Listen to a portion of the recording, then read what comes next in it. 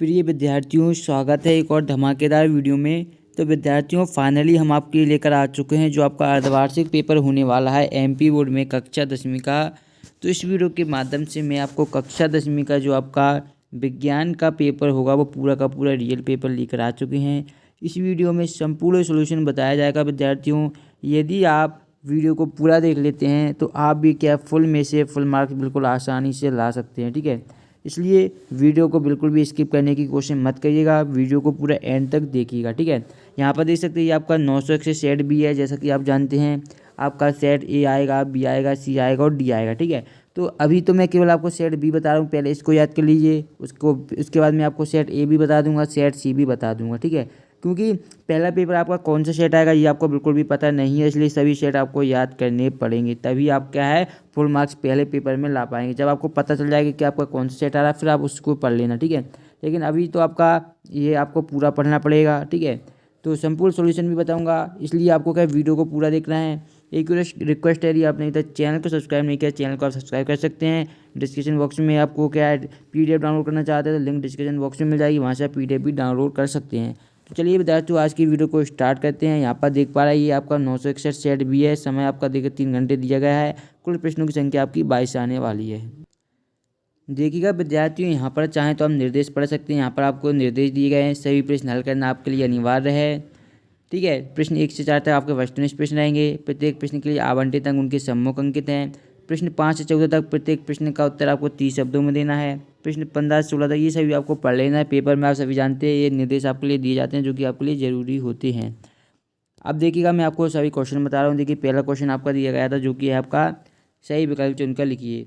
लोह चूर्ण पर तनु हाइड्रोक्लोरिक अम्ल डालने से क्या होता है। ऑप्शन 1 है आपका हाइड्रोजन गैस एवं आयरन क्लोराइड बनता है। ऑप्शन बा है क्लोरीन गैस एवं आयरन ऑक्साइड बनता है।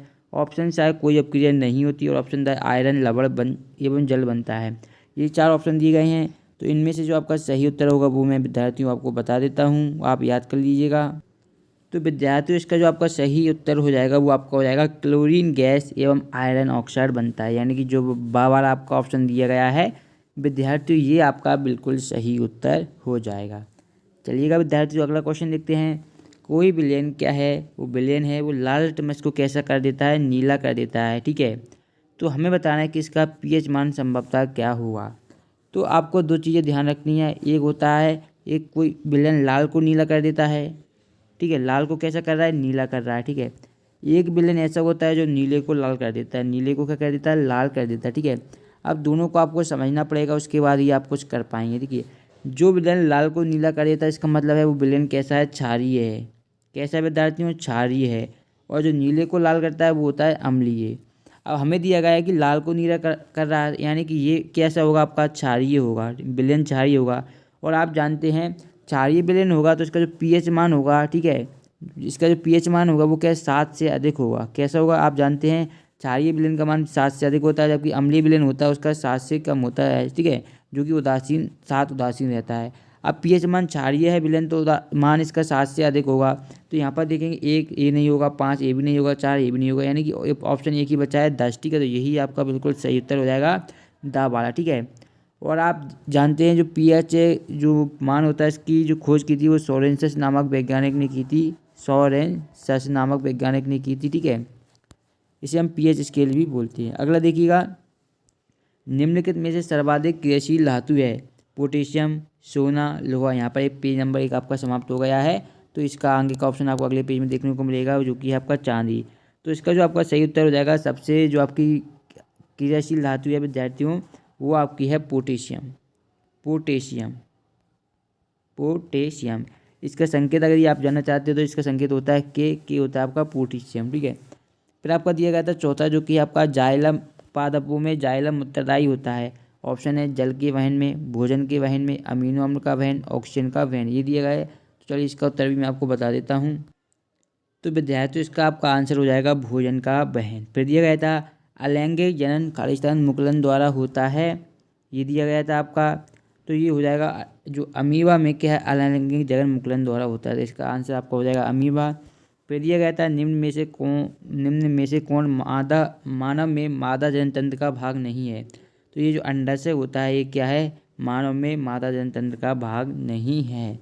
बाकी गर्भाशय, शुक्रवाहिनी ये चीज़ें पाई जाती हैं, जबकि जो अंडाशय होता है वो नहीं होता है। 7वां दिया गया, निम्न में से कौन सा पदार्थ लेंस बनाने के लिए प्रयुक्त नहीं किया जा सकता। ऑप्शन है जल, कांच, प्लास्टिक या मिट्टी। ये 4 ऑप्शन दिए गए हैं। तो इसमें जो आपका सही उत्तर हो जाएगा वो मैं आपको यहाँ पर लिख के बता देता हूँ। तो देखिए विद्यार्थियों, इसका जो आपका आंसर हो जाएगा वो आपका हो जाएगा जो मिट्टी का लेंस के आपका यहाँ पर था, निम्न में से कौन सा पदार्थ लेंस बनाने के लिए प्रयुक्त नहीं हो सकता। तो हम क्या जल का उपयोग कर सकते हैं, कांच का, प्लास्टिक का, लेकिन मिट्टी का यूज हम नहीं कर सकते। तो ये उत्तर हो जाएगा। अगला आपका दिया गया था, मानव नेत्र के जिस भाग पर किसी वस्तु का प्रतिबिंब बनाते हैं वह एक होता है कॉर्निया पर, परितालिका पर, पुतली पर या दृष्टिपटल पर। तो जो प्रतिबिंब बनता है वो हमेशा दृष्टिपटल पर ही बनता है। तो आंसर आपका हो जाएगा दृष्टिपटल।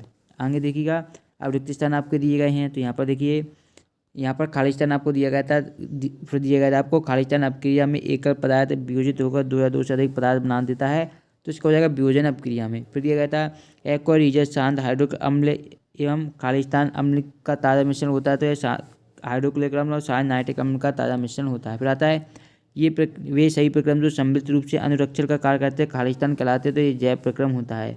2 तंत्रिका कोशिका के मध्य स्थान खाली स्थान को खाली स्थान कहते हैं, तो ये आपका अनुमस्तिष्क यहाँ पर दिया गया है, लेकिन इसका आंसर आस्तिक सिनेप्स होगा। सिनेप्स ये देख लीजिएगा आंसर, ठीक है। शुक्राणु का निर्माण होता है तो वृषण में इसका निर्माण होता है। नर युग्मक एवं मादा युग्मक के संलयन को तो लैंगिक जनन कहते हैं। ऐसे दर्पण जिनका परावर्तन पृष्ठ गोली होता है उन्हें गोली दर्पण कहते हैं। प्रिज्म के 2 पास फलकों के बीच का कोण को हम प्रिज्म कोण कहते हैं। फिर दिया गया था आपके यहाँ पर जोड़ियाँ दी गई थी, जोड़ियाँ मैंने यहाँ पर मिला दी हैं। साधारण नमक का सूत्र हमें बताना, तो साधारण नमक का सूत्र आपका NaCl होता है, आप जानते होंगे।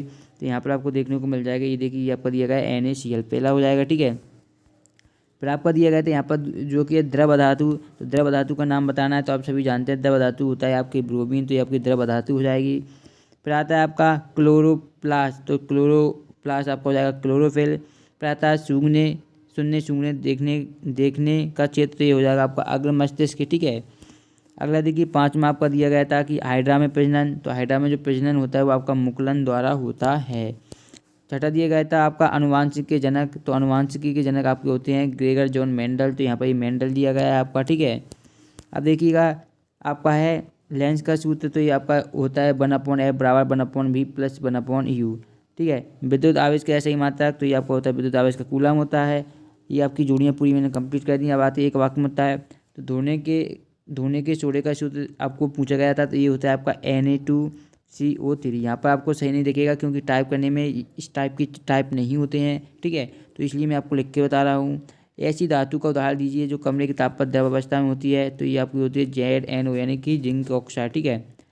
किस यंत्र में रक्त दाब मापा जाता है, तो रक्त दाब पूछा गया है, तो स्फेग्नोमेनोमीटर। मानव मस्तिष्क के कितने भाग होते हैं, 3 भाग होते हैं। DNA का पूरा नाम होता है डीऑक्सी राइबो न्यूक्लिक एसिड। यदि आपसे RNA का पूछें तो RNA का होता है आपका राइबोज न्यूक्लिक एसिड, ठीक है, ठीक है, ये आपका हो जाएगा। फिर आता है मनुष्य में कितने गुणसूत्र पाए जाते हैं। यदि आपसे संख्या पूछी जाए तो आपको 40 लिखनी है। यदि आपसे जोड़े पूछे जाए कि कितने जोड़े गुणसूत्र पाए जाते हैं, तो आपको ध्यान रखना 23 जोड़े गुणसूत्र पाए जाते हैं, ठीक है। फिर आता है श्वेत प्रकाश में कितने रंग होते हैं, तो श्वेत प्रकाश में 7 रंग होते हैं। यदि आपसे नाम भी पूछे जाएँ तो आप लिख दीजिएगा बैगनी, जामुनी, हरा, नीला, इस प्रकार से टोटल 7 रंग होते हैं। आपको ट्रिक भी पता होगी, बेजानी, यहाँ पे नाला, ठीक है। विद्युत विभवांतर कैसे मात्रक लिखिए, तो विद्युत विभवांतर का आपका बोल्ट होता है। वायु में जलाने से पहले ऑक्सीजन रिबन को साफ क्यों किया जाता है, ये आपसे क्वेश्चन पूछा गया है। ये सभी क्वेश्चन आप यहाँ पर देख सकते हैं। यदि इन सभी क्वेश्चनों के आंसर भी आप देखना चाहते हैं तो डिस्क्रिप्शन बॉक्स में आपको एक लिंक प्रोवाइड कराई गई है, उस लिंक पर क्लिक करके आप इन सभी क्वेश्चनों के आंसर भी बिल्कुल आसानी से देख सकते हैं, ठीक है। विद्यार्थी, यदि आपको ये वीडियो पसंद है आपको लाइक तो करना ही, साथ साथ चैनल को सब्सक्राइब भी करना है। मिलेंगे नेक्स्ट वीडियो में, धन्यवाद।